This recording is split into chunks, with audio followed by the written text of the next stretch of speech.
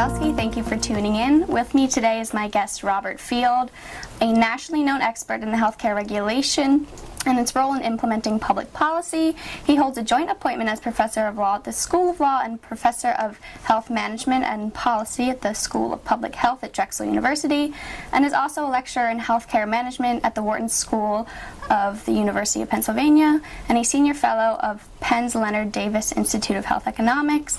Welcome, Dr. Field, and thank you for joining us. Thank you. My first question for you today is, you spent a large part of your career studying health policy in the United States. In your own opinion, where are we currently in creating a healthcare system that works for everyone? Unfortunately, we're not very close. A lot of people have limited access to the system, either because they don't have insurance or because they live in an area that doesn't have doctors or hospitals. A lot of people suffer from medical errors. We have a lot more patients who die or are injured in hospitals than we really should, and we have exploding costs, and we really haven't gotten a handle on that, and that's a major issue for insurance companies and for taxpayers. Okay. Could you explain to our audience how health policy is typically created at a national level? Where are the major incentives coming from, whether it's providers, healthcare insurance companies, hospitals, Congress, or all of the above? Well, healthcare is one of the most regulated industries in the United States, and that's for good reason. Our lives and our health depend on it. As a result, the regulation is incredibly complex and diffuse. We have the federal level, but a lot of the regulation goes on at the state level, and then beneath that, a lot goes on locally, and then a lot goes on in private organizations. So when you begin with the federal level, you have legislation passed by Congress, but legislation only gets passed or revised every few years. In the meantime, it has to be administered, has to be rolled out by an agency, and that's where most of the federal policy making gets done.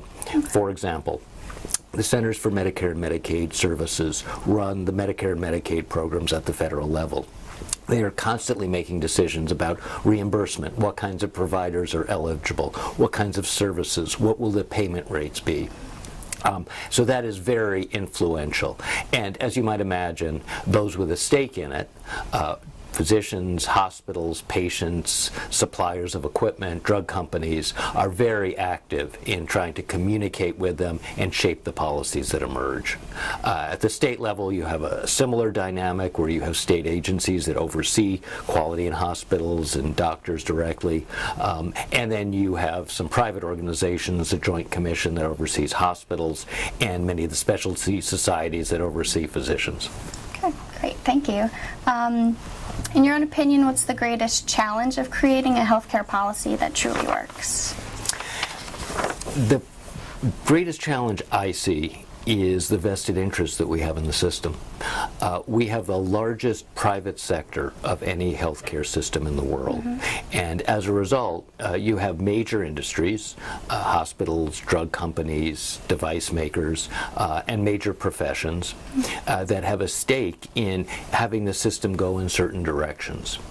And that makes it very difficult for policymakers or legislators to stand back and say, well, what's really purely in the public interest, even if it means that specific private industries will suffer. And that, I think, is the biggest impediment that we face. It's a particular impediment because the problems are so challenging. Okay, great, thank you. Most of our audience are students preparing for their careers in healthcare administration. In your own opinion, what are some of the most important things these students need to master as future healthcare policy implementers and makers? Sure. I think there are two broad areas. One is just understanding how organizations work, organizational behavior, organizational dynamics, and that's true in any industry. How employees work, how you recruit them, keep them happy, incentivize them to be productive, how managers interact with one another.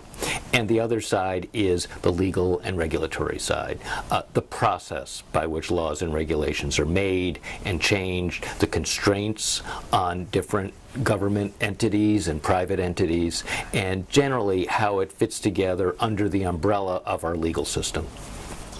Okay. And finally, as a recognized expert in the healthcare policy formation, do you have any concerns about our future healthcare, or do you think we're on the right track?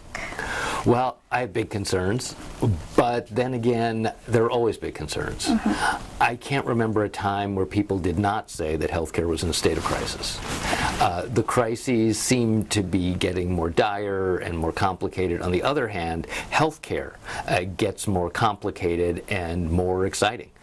So today we have genomics, and we're just beginning to see the fruits of the genomics revolution, where we can customize treatments for every individual, look at tumor or specific genetic abnormality and be able to develop a drug that hones in on it. At the same time, we have information technologies we didn't have in the past, big data, the ability to mine data on millions of patients to spot interactions between environment, drugs, other factors, and health outcomes. So that's very, very exciting, but comes with a lot of complexity, and it comes with a lot of cost. And we really don't have a handle on the cost. And I'm concerned that at some point we just won't be able to afford it anymore. Afford these tailored drugs and big data analyses and so forth. The other problems we have are the uneven access. We have this incredibly complicated healthcare system, and yet there are many Americans who cannot access it, even with the Affordable Care Act. And then we have political pressures. I think the Affordable Care Act was a major step forward. Definitely imperfect, definitely in need of improvement, but that's like everything else in life. But I think it was a big step to guarantee everyone coverage regardless of how sick they were. And unfortunately, we're now seeing major political pressures to roll back some of those protections. So we're fighting just to keep the advances that we made, and that's another cause of concern. Definitely agree. Thank you so much for joining us and giving us your time and feedback. My pleasure. Thanks.